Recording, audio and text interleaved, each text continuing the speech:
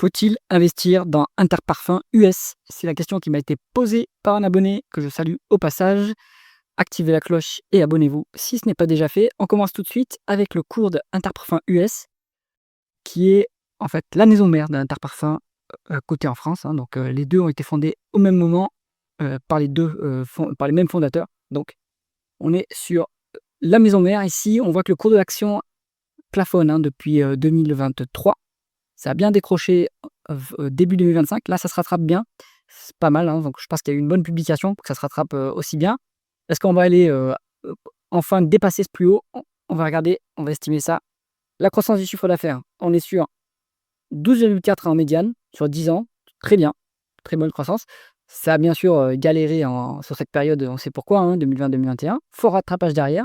Depuis, bon, ça se normalise, mais on a une réaccélération, à nouveau un momentum favorable depuis septembre 2024. Donc la croissance est en train de repartir, peut-être pour aller recoller à la médiane. Donc ça, c'est bien, bonne croissance. On va aller regarder le taux de marge. Taux de marge brut, 56%, stable, très très stable. Donc l'entreprise arrive à maintenir ses prix, en tout cas, elle a du pricing power, elle arrive à maintenir ses prix. Taux de marge d'EBITDA en hausse, ça c'est excellent. Même si sur on va dire sur les prix et sur les coûts, on arrive, en gros, même si on n'arrive pas à faire progresser le taux de marge brut, sur les opérations, par contre, on est de plus en plus efficient. Donc économie d'échelle, ça c'est bien. Enfin, économie d'échelle, efficience opérationnelle, etc. Il y a plein de moyens pour faire monter le taux de marge d'EBITDA, mais ce qu'on voit ici, c'est très encourageant. Donc c'est une entreprise qui est qualitative et très bien gérée. Pareil pour le taux de marge net, on suit globalement l'évolution du taux de marge d'EBITDA, donc pas de déperdition d'un point de vue financier. Alors, allez, ça a peut-être un peu décroché depuis mars 2024, donc il faut regarder ce qui se passe ici, parce que on a monté par exemple les dépréciations d'amortissement, est-ce qu'on a plus de frais financiers, etc. Il faut regarder, mais c'est rien de significatif. On est sur un taux de marge net tout à fait satisfaisant, au-dessus de la médiane à 11,3%. Donc ça, je trouve ça bien, c'est une société qui est bien gérée. On regarde la conversion des bénéfices nets en free cash flow. Là, il y a un petit bémol quand même. Donc on a 840 millions de free cash flow en moins par rapport aux bénéfices nets. Ça peut être justifié s'il y a une dépense en capital élevée, ponctuellement, enfin assez régulièrement d'ailleurs, puisqu'il y a un écart comme ça. Donc on va regarder. Est-ce que le BFR est négatif? Non, il est positif. Bon, ça c'est moins bien. Est-ce qu'il y a des chances que ça s'améliore? Non, ça se dégrade. Bon, quand vous avez un BFR positif, malheureusement, ça veut dire qu'il faut injecter constamment du cash dans les opérations, pour faire de la croissance et pour que les opérations se déroulent au jour le jour. Donc on aimerait que ça s'améliore un petit peu, mais ça veut dire aussi que on n'a pas beaucoup de pricing power, enfin pas de pricing power, même pas beaucoup de marge de négociation sur les délais de paiement avec les clients par rapport aux fournisseurs. Donc les clients, ça va être les grands groupes de parfumerie, donc ils sont énormes, ils peuvent à mon avis imposer leurs conditions de paiement à Interparfums US. Et donc malheureusement, ça impacte les délais de paiement et donc du coup le BFR. Bon, c'est pas énorme non plus, comme besoin en fin de roulement, donc voilà, mais c'est à prendre en compte quand même. On va regarder la dépense en capital par rapport aux dépréciations amortissements. Donc voilà, forte dépense en capital depuis 2021. Donc qu'est-ce qui se passe depuis ce moment-là et est-ce que c'est justifié? Si ça se trouve, c'est tout à fait justifié, on doit avoir potentiellement des nouveaux marchés dans lesquels on va se développer. Donc il va falloir du coup investir massivement pour développer des nouveaux produits. Donc dépenses en capital hyper élevées comparé aux dépréciations amortissements. On continue à, on va dire, faire grossir l'appareil industriel. C'est bien pour l'avenir. À court terme, évidemment, ça impacte les free cash flow. Mais donc là, vous avez en gros l'explication de pourquoi est-ce que les free cash flow sont plus bas que les bénéfices nets. C'est pas forcément un énorme problème. Est-ce qu'il y a du other non-cash items? Il y en a pour 1 milliard également. Donc là, qu'est-ce qui se cache là-dedans? Il faut aller regarder. Souvent, ce sont des provisions ou des dépréciations, amortissements exceptionnels. Donc il faut aller regarder. Donc bon, voilà. Par mesure on va dire par conservatisme, on valorise l'entreprise avec les free cash flow. Si on se place, on va dire, en bas de bilan, en bas de compte de résultat ou de tableau de trésorerie. Mais moi, je préfère évidemment toujours la valeur d'entreprise sur EBITDA, surtout s'il y a de la dette. Bon, voilà. On va regarder la rentabilité opérationnelle. On a un rendement des capitaux investis en médiane à 11%. Ouais, c'est correct, on va dire, c'est convenable, puisque c'est un business qui, à mon avis, est, allez, moyennement intensif en capital, mais quand même. Mais depuis 10 ans, la trajectoire est très bonne, on monte fortement en termes de rentabilité opérationnelle, avec le rendement des capitaux investis qui est presque à 19%. Et ça veut aussi dire qu'on gagne des parts de marché. Quand on descend la courbe d'expérience, on fait des gains de productivité, etc. Et puis surtout, on a la meilleure rentabilité, on a les coûts les plus bas. Donc c'est un signe excellent de positionnement concurrentiel pour Interparfums UX. Donc superbe rentabilité. On va regarder l'endettement. La dette est, elle est négligeable. Elle est quasiment nulle. Donc ça, c'est très très bien.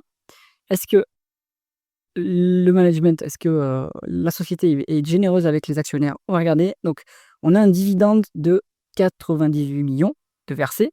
On n'a pas de rachat d'actions malheureusement. On a plutôt de la dilution. Alors est-ce que c'est de la dilution constante? Est-ce que c'est de l'actionnariat salarié, etc. Donc il faut aller voir d'où sortent ces actions qui sont remises en circulation. Dans certains cas, c'est de la dilution. Malheureusement, pour l'actionnaire, c'est un peu moins bien puisqu'il se retrouve dilué assez régulièrement. 2,1% de rendement du dividende, voilà, c'est pas hyper généreux, mais c'est quand même, ça mérite d'exister. Surtout que c'est un dividende qui représente moins de la moitié des free cash flow. Donc, on est sur quelque chose qui est très soutenable et qui va continuer à augmenter. Et ce qui est encourageant, hein, là, c'est normal, c'est que les free cash flow remontent, hein. On a vu qu'en cumulé, on avait une grosse différence entre les free cash flow et les bénéfices nets, mais là, on voit que ça s'améliore, hein, les free cash flow. Donc, au final, on va se retrouver sur une équivalence dans quelques lignes. Donc, rémunération d'actionnaire convenable, on va dire, pas exceptionnelle, mais convenable. Si vous regardez la valorisation maintenant, donc on n'a pas de dette, on a dit que par conservatisme, on se mettait plutôt en price to free cash flow. Bon, ben là, vous êtes complètement décoté. Donc, la valorisation est au plus bas depuis 2020. Donc, après, le secteur du luxe, évidemment, compliqué en ce moment. On va dire que Interparfums se rattache à ce secteur-là. Bon, tout a un prix, hein, et puis la qualité, ça se paye aussi. Donc, on n'est pas dans le même contexte que mars 2020 quand même, hein. C'est pas non plus tout est fermé, la crise mondiale. Donc, pourquoi est-ce qu'on se paye aussi peu cher? À mon avis, le marché est un peu pessimiste. Si vous regardez la médiane en plus, en price to cash flow, on se paye à 32 fois. Là, on est à 19. Il y a une énorme décote, donc il y a une bonne marge de sécurité à ce niveau. Pourquoi pas? Et après, on regarde en valeur d'entreprise sur EBITDA. Là, il y a moins de marge de sécurité. En revanche, voilà, en médiane de VE sur EBITDA, on a peut-être 10% de marge de sécurité. Donc, quel multiple prendre? Eh ben, en général, moi, je fais plus confiance aux multiples en haut de tableau de compte de résultat, enfin en haut du compte de résultat, pardon. Donc là, on n'a pas une énorme décote, mais non plus, on n'est pas surcoté, hein, par rapport à l'historique, sur une boîte qui se paye normalement assez cher, hein, qui est qualitative en plus, qui monte en qualité avec un rendement des capitaux investis de plus en plus élevé. Donc, pas si mal, hein, comme dossier.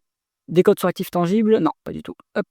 Bon, alors, Interparfums US, pour moi, c'est pas mauvais, hein. C'est pas mauvais à ce niveau. C'est une boîte de qualité et de croissance en même temps, donc une boîte GARP, hein, je dirais. C'est pas très cher payé. On est, voilà, on est sur un dossier qualitatif. Si vous allez sur ce genre de boîte, à mon avis, si vous la détenez sur le long terme, il y a pas de problème, hein. Vous ferez la croissance des bénéfices sans aucun problème. Peut-être un peu d'expansion de multiples, donc ça vous boostera votre performance. Et si on se posait la question Interparfums US ou Interparfums France? Alors on va regarder, hop, si on se met en total return, tac, tac, tac, on va se mettre Interparfums France, ici. Alors, bon, bah, bon, il faut quand même aller, à mon avis, du coup, on a une des meilleures performances sur Interparfums US. C'est, voilà, meilleure performance. Bon, après, il y a des périodes où, en fait, la performance est équivalente. Il y a même des périodes où il vaut mieux avoir l'Interparfums France.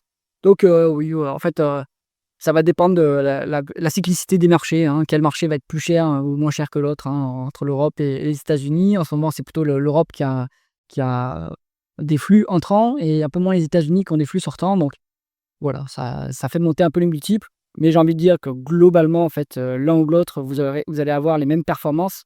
En tout cas, c'est ce qu'on voit sur 10 ans. J'espère que cette analyse vous a intéressé. Si c'est le cas, mettez un pouce vers le haut et pensez à vous abonner à la chaîne. À bientôt.